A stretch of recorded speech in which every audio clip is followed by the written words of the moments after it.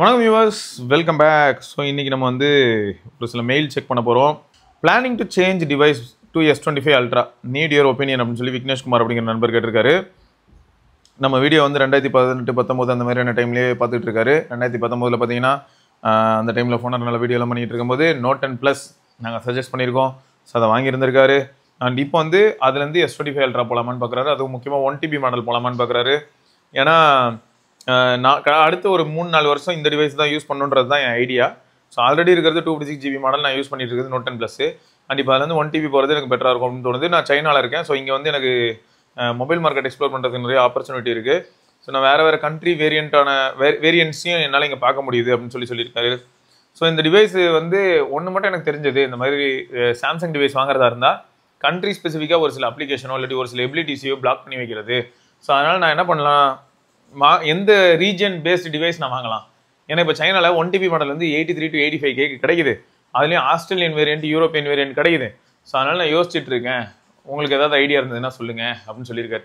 First of all இந்த Samsung ஃபோனில் flashing அப்படிங்கிற கான்செப்ட்குள்ளே கால் எடுத்து வைக்கிறதே கிடையாது ப்ரோ. நான் அது வந்து நமக்கு ஒரு பயத்தை மட்டுமே தான் எப்பயும் கொடுக்குது. நான் வந்து ஃபர்ஸ்ட் அண்ட் லாஸ்ட்டாக நான் ஃப்ளாஷ் பண்ண ஒரு சாம்சங் டிவைஸ்னால் அது வந்து Galaxy S2 தான். ஸோ S2 தாண்டி வேறு எதுலேயுமே வந்து நான் இந்த மாதிரியான கஸ்டம் ரோம் ஃப்ளாஷிங்லாம் நான் ட்ரை பண்ணதே கிடையாது. ஏன்னா அந்த நாக் செக்யூரிட்டிலாம் வந்ததுக்கப்புறமா முக்கியமாக இந்த மாதிரி எனக்கு கஸ்டம் ரோம் ஃப்ளாஷிங் அப்படின்றது தோணுச்சுனாலே நெக்ஸஸ்க்கு போயிடுவேன். அதுக்கப்புறம் OnePlus போக ஆரம்பித்தேன். அப்புறம் Redmi phones, Xiaomi phone. So இந்த மாதிரி ஃபோன்ஸ் தான் போனேனே தவிர சாம்சங்கை நான் என்னோட ரேடார்க்குள்ளே வச்சுக்கிட்டதே இல்லை ப்ரோ. ஏன் எல்ஜி ஃபோனு, மோட்டோரோலா ஃபோன்லாம் கூட ஃப்ளாஷ் பண்ணியிருக்கேன் ப்ரோ. ஆனால் சாம்சங் மட்டும் என் ரேடாரில் வச்சதே கிடையாது. எதுக்கு தலைவலி அப்படின்னு சொல்லிட்டு எப்பயுமே அதை விட்டு ஒதுங்கி தான் இருந்திருக்கேன். ப்ளஸ் நீங்கள் வந்து அஃபிஷியலான ரோமே நீங்கள் ஃப்ளாஷ் பண்ணுற மாதிரி முயற்சியில் இருந்தீங்கன்னா அது ரீஜன் பேஸாக ஒரு சில விஷயங்களை மாற்றிட்டு நம்ம என்ன பண்ணலாம்னா ரீஜன் ஸ்பெசிஃபிக்காக மாற்றிக்கலாம். மாற்றிட்டு நம்ம மேபி என்ன ஆப்ஸ்லாம் உங்களுக்கு ஒர்க் ஆகணும்னு நினைக்கிறீங்களோ அதை மட்டும் அன்லாக் பண்ணலாம். ஏன்னா இப்போ சும்மா நம்ம போய்ட்டு கூகுளில் செக் பண்ணால் கூட என்ன வருதுன்னு பார்த்தீங்கன்னா, நீங்கள் நம்பர் அந்த நம்ம அந்த வேரியன்ட் இருக்குமே சீரியல் நம்பர்லாம் போட்டு இது என்ன மாடல் அப்படின்னு சொல்லியிருக்கோம்ல, அந்த SMலாம் போட்டு, ஸோ அது என்ன ரீஜன் ஸ்பெசிஃபிக்காக இருக்கோ அந்த ரீஜனுக்கானது தான் அதில் வந்து ஒர்க் ஆகுங்கிறது தான் அடிப்படையான டேட்டாவாக இருக்குது. ஸோ இதை தாண்டியும் ஃப்ளாஷிங் ப்ரொசீஜர்ஸ் இருக்கலாம். அது XDAல இருக்கும். ஏன் நம்ம வீடியோ பார்த்துட்டு இருக்க ஒரு சில நண்பர்களும் பண்ணுவாங்க. இப்போ இந்த ஓடின் மாதிரியான டூல்லாம் யூஸ் பண்ணி ஒரு சில கஸ்டமைசேஷன்லாம் கூட ஒரு சிலர் பண்ணுவாங்கன்னு வைங்களேன். எப்படி ரீஸ்டோர் பண்ணுறது அப்படின்னும் போது, அதுவும் மேஜர் அப்டேட் பண்ணும்போது பெரும்பாலும் நம்ம நண்பர்களே ஒரு சிலர்லாம் இந்த மாதிரி ஃபுல் ரோம் ஃப்ளாஷ் பண்ணி தான் அந்த எக்ஸ்பீரியன்ஸ் பெட்டராக இருக்குது அப்படின்ற மாதிரியான கருத்துக்களையும் தெரிவிச்சிருக்காங்க. ஸோ என்னை பொறுத்த வரைக்கும் என்னென்னா, நீங்கள் வந்து கொஞ்சம் ரிஸ்க் எடுக்காமல் ஒரு சில ஃபேக்டர்ஸ்லாம் யோசிச்சு. ஸோ எனக்கே வந்து இல்லை சாம்சங்கை பொறுத்த வரைக்கும் பெரிய அளவில் கிளாரிட்டி வந்து இல்லை ப்ரோ. எப்படி சொல்கிறேன்னா, ஏதாவது ஃபுல் ரோம் ஃப்ளாஷ் பண்ணுறதை பொறுத்த வரைக்கும் நான் சொல்கிறேன், வேறு ரீஜன் டிவைஸில் இந்த ரீஜன் இந்தியன் ரீஜனுக்கானதை வந்து ஃப்ளாஷ் பண்ணுறது வந்து நான் பண்ணதில்லை. அதனால் எனக்கு வந்து தைரியமாக சஜஸ்ட் பண்ண முடியல. இதுவே நான் வந்து சோனி ஃபோன்ஸ் எடுத்துக்கிட்டிங்கனாலும் சரி, இல்லாட்டி வந்து சாம்சங் ஃபோன் எடுத்துக்கிட்டிங்கனாலும் சரி, நம்ம ஊர் டிவைஸை அதோட அஃபிஷியல் ஃப்ளாஷிங் டூல் வச்சு நம்ம ஊருக்கான ரோமை நான் ஃப்ளாஷ் பண்ணியிருக்கேன். பட் ரீஜன் மாற்றி நான் இதில் ஃப்ளாஷ் பண்ணதில்லை.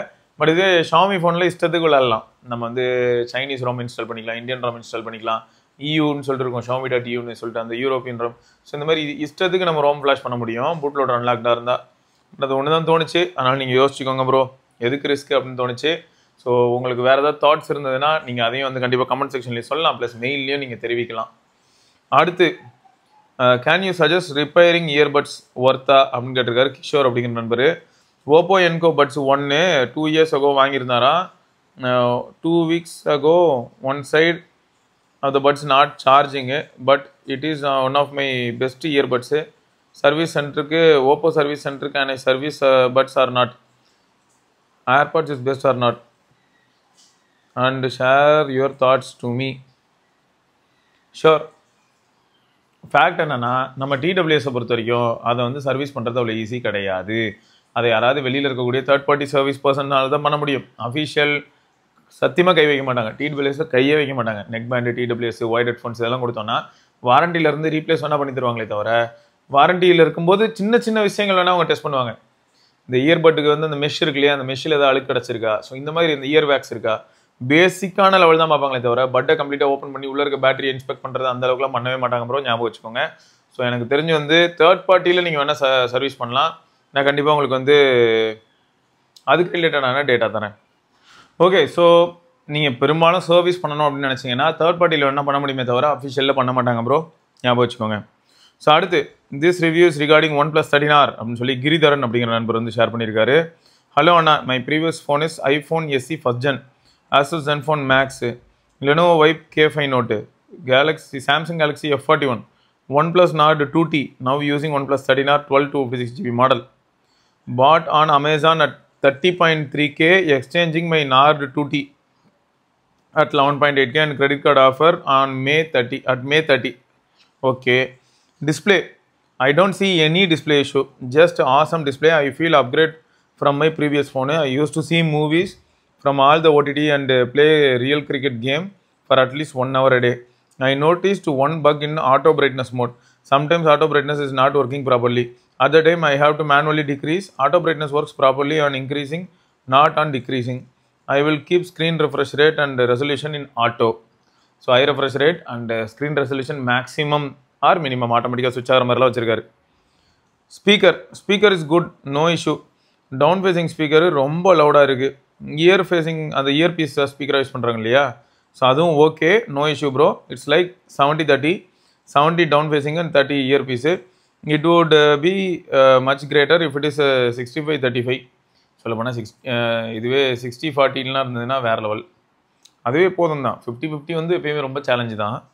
நெட்ஒர்க்லாம் நோ இஷ்யூ, என்ஜாய் பண்ணிகிட்டு இருக்கேன். Heating while gaming slight warmness இருக்குது, இதுதான் நான் ஃபீல் பண்ணுறேன். சடனாக அதுவும் கூலாகிடும், நம்ம விட்டோன்னா அதுவே கூலாகிடும். ஒயில் யூஸிங் அண்ட் அவுட்டோரு ஹீட்னஸ் வந்து அட் டைம்ஸ் நம்ம ஃபீல் பண்ண முடியும். அகெயின் அங்கேயும் கூட நான் யூஸ் பண்ணல அப்படின்னு வரும்போது வெளியிலே இருந்தாலும் அவுட்டோர்ஸ்லேயே இருந்தாலும் கூட கூலாகிடுது. Camera for me when comparing previous devices, camera வந்து ரியலி குட். பிரைமரி சென்சார் வந்து performs very good. 2x telephoto which turns out to be my favorite. 2x portrait is really amazing for me. No detail loss. I will attach my photos at the last. So camera இவர் என்ன சொல்றாருன்னா, I won't use to take videos, so I can't say my review on videos. Selfie is good, not superb. Ultra wide lens okay. Light condition, low light conditionல அந்த அளவுக்கு நல்லா இல்ல. I put on lens protector on my phone. The photo samples are taken with lens protector only. My lens protector brand வந்து என்னன்னா Nillkin. But lens protector நான் suggest பண்ண மாட்டேன், நல்லா கொஞ்சம் குண்டு கேஸாக போட்டுக்கோங்க.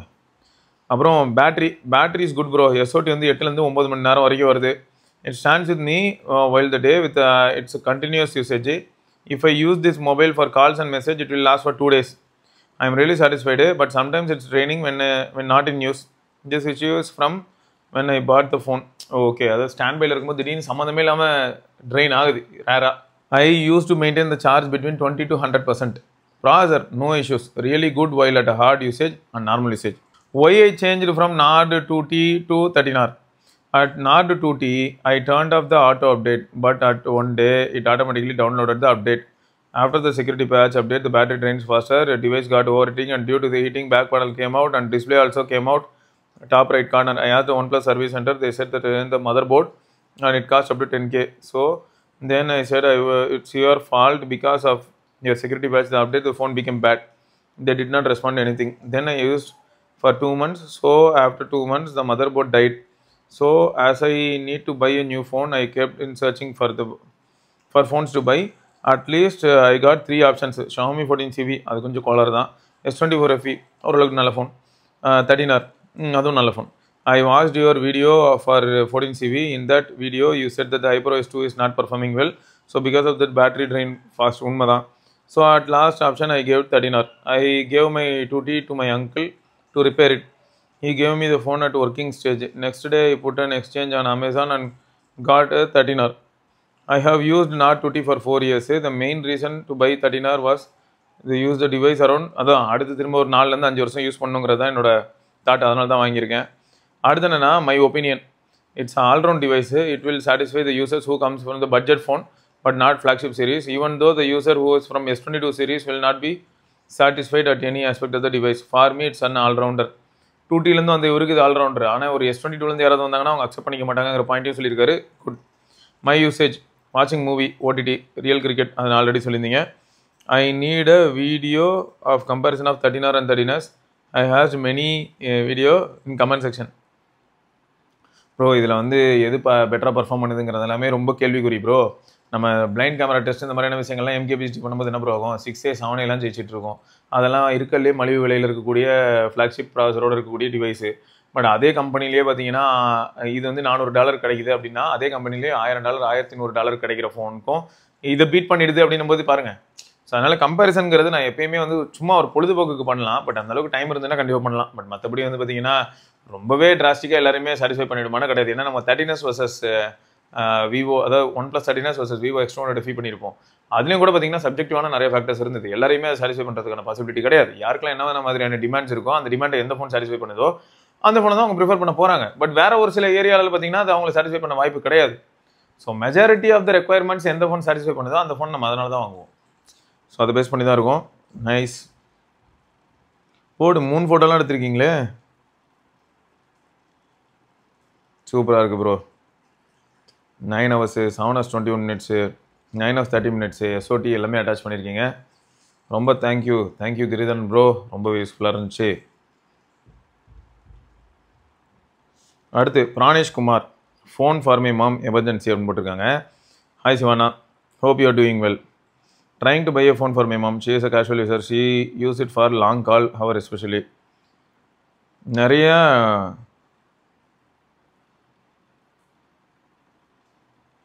ஓகே நிறைய ஃபோன் ஒரே மாதிரி தான் இருக்குது. அதனால ஏமாத்துறாங்க, ஒரே கன்ஃபியூஷனாக இருக்குது. எதை சூஸ் பண்ணுறதுங்கிறதே சேலஞ்சிங்காக இருக்குது. 11Kக்குள்ளே ஏதாவது நல்ல ஃபோன் சஜஸ்ட் பண்ணுங்கன்னா அவ்வளோதான் மேக்ஸ் பட்ஜெட்டு. அதுக்கு கம்மியாக இருந்தால் இன்னும் மகிழ்ச்சி. ஹெச்எம்டி ஃபியூஷன் 10Kக்குள்ளே இருக்குது. அதை பற்றி உங்கள் தாட்ஸ் என்ன, அதையும் கன்சிடர் பண்ணிட்டு என்னன்னு சொல்லுங்கள். ஹெச்எம்டி ஃபியூஷன் டீசெண்டான ஃபோன் ப்ரோ, சரியா? அம்மாக்கெலாம் வாங்கி கொடுக்குறதா இருந்தால் பெரிய அளவில் பிரச்சனை இல்லை. ஆனால் இப்போ ட்விஸ்ட் என்னன்னா, இப்போ ரீசெண்டாக வந்திருக்கக்கூடிய ஒரு சில டீலு இந்த மாதிரியான சுச்சுவேஷனில் பார்க்கும்போது 11Kக்கு போக்கோ M7+லாம் கிடைக்குது அப்படின்னு சொல்லி பார்த்தேன்.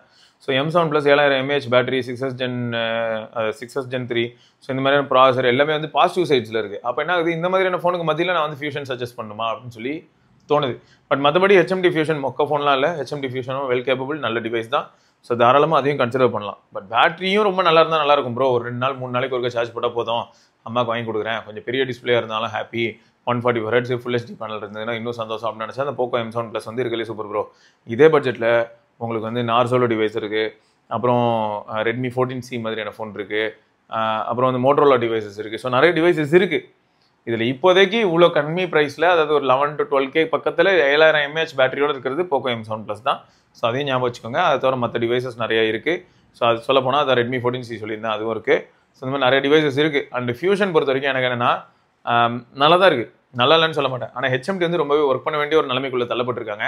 அவங்களோட ஸ்கைலைனே பார்த்தீங்கன்னா நல்ல டிவைஸ் தான், ஆனால் அது வந்து ஒரு மிக்சட் ஃபீல் தான் டெலிவர் பண்ணியிருக்க தவிர சாலிட் கண்டென்ட் இருக்குது. ஸ்கைலைன் வாங்கினாலே சூப்பராக இருக்கும் அப்படின்னு யாருமே கமெண்ட் பண்ணுறது இல்லை. ஸோ அதனால தான் யோசிக்க தோணுது ப்ரோ, சரியா? ஸோ அது மட்டும் ஞாபகம் வச்சுக்கோங்க. மற்றபடி வந்து இதில் ஏதாவது ஒன்று நீங்கள் சஜஸ்ட் இதில் ஏதாவது ஒன்று நீங்கள் சூஸ் பண்ணிங்கனாலும் பிரச்சனை இல்லை. 2 to 3 weeks ஃபோன் இல்லாமல் தான் இருக்காங்க அம்மா. Thanks for your help advance. Happy Deepavali to you and SRK and your friends and family. Thank you bro. ஆமாம், இந்த ஹெச்எம்டி ஃபியூஷன் இதெல்லாம் பற்றி யோசிக்கும் போது என்ன தோணுச்சுன்னா, Infinix Note 50X திடீர்னு 10,000 ரூபாய் 10,500 ரூபாய் கிடைக்குது. ஸோ அப்போ அதுவும் மாசான டிவைஸ் தான். ஸோ அதையும் கூட கன்சிடர் பண்ணலாம். Right, okay. ஸோ இது வந்து என்ன, I need help bro, I want Lumia phone bro அப்படின்னு அபிஷேக் சொல்லியிருக்காரு. Greetings bro, I am Abhishek from Thoothukudi. I need one help from you. 1 year before you post Lumia 650 video, I want similar phone for my day-to-day usage, only for calls. Old Lumia user, so I want bro, can you say where to buy? Actually highlight என்னன்னா, எங்கேயுமே உறுதியாக சொல்ல முடியல. இப்போ நம்மகிட்ட என்ன இருக்குன்னு பார்த்தீங்கன்னா, ஒரு Lumia 800 இருக்குது ப்ரோ. ஆனால் சரியான கண்டிஷன். ஏன்னா 800ல் இருக்கிற சேலஞ்ச் என்னென்னா, பட்டன்ஸ் எல்லாமே வந்து இன்டாக்டாகவும் டாக்டைல் ஃபீட்பேக், அதாவது ப்ரெஸ் பண்ணும்போது அந்த ஃபீட்பேக்கே இல்லாத அளவுக்கு போய்டும். பட் இதில் அந்த மாதிரியான பிரச்சனைலாம் இல்லை. ஆல்ரெடி சாங்ஸ்லாம் லோட் பண்ணி கன்னு ஸ்டேட்டில் இருக்குது. மற்றபடி மீதியெல்லாம் வந்து நான் யோசிக்கணும் ப்ரோ, எங்கேயா தேடி கண்டுபிடிச்சி தான் நான் சொல்ல முடியும். ஆனால் சில சமயங்களில் கிடைக்குது ப்ரோ, 950 XL மாதிரியான ஃபோன்லாம் கிடைக்குது. ஆனால் என்ன ட்விஸ்ட்டு தெரியுமா, 10,000 8,000 இந்த மாதிரி சொல்லுவாங்க 950 XL. பாக்ஸோடய கூட கிடைக்கும். ஆனால் எவ்வளோ பேர் அது மேலே இன்ட்ரெஸ்ட் காட்டுவாங்க 950 XL? ஸோ அந்த ஒரு கேள்வி இருக்குது. ஓகேங்க. ஸோ நீங்கள் ஃபோன்ஸ் தேடுறதை பற்றி பிரச்சனை இல்லை. இந்த மாதிரி ரெட்ரோ ஃபோன்ஸ் வாங்கும்போது எந்த வெப்சைட்லேருந்து வாங்குகிறோம், யார்கிட்டேருந்து வாங்குகிறோம், ஸோ ஓரளவுக்கு ட்ரஸ்ட் ஒர்த்தியாக இருக்கிறதுல சில சமயங்களில் ரிஸ்க் எடுக்கிற மாதிரி தான் இருக்கும். அவங்க என்ன தான் வந்து நம்மக்கிட்ட ரொம்பவே டிரான்ஸ்பரண்ட்டாக நிறைய விஷயங்கள் ஷேர் பண்ணாலும் கையில் வந்து சேர்ற வரைக்கும் நம்மளால் வந்து ஒரு முடிவுக்கு வர முடியாது. ரைட்டு. ஸோ அதை தொடர்ந்து நம்ம இன்னொரு பதிவில் சந்திப்போம். அது வரைக்கும் சிவபுரணி பார்க்கலாங்க. பாய்.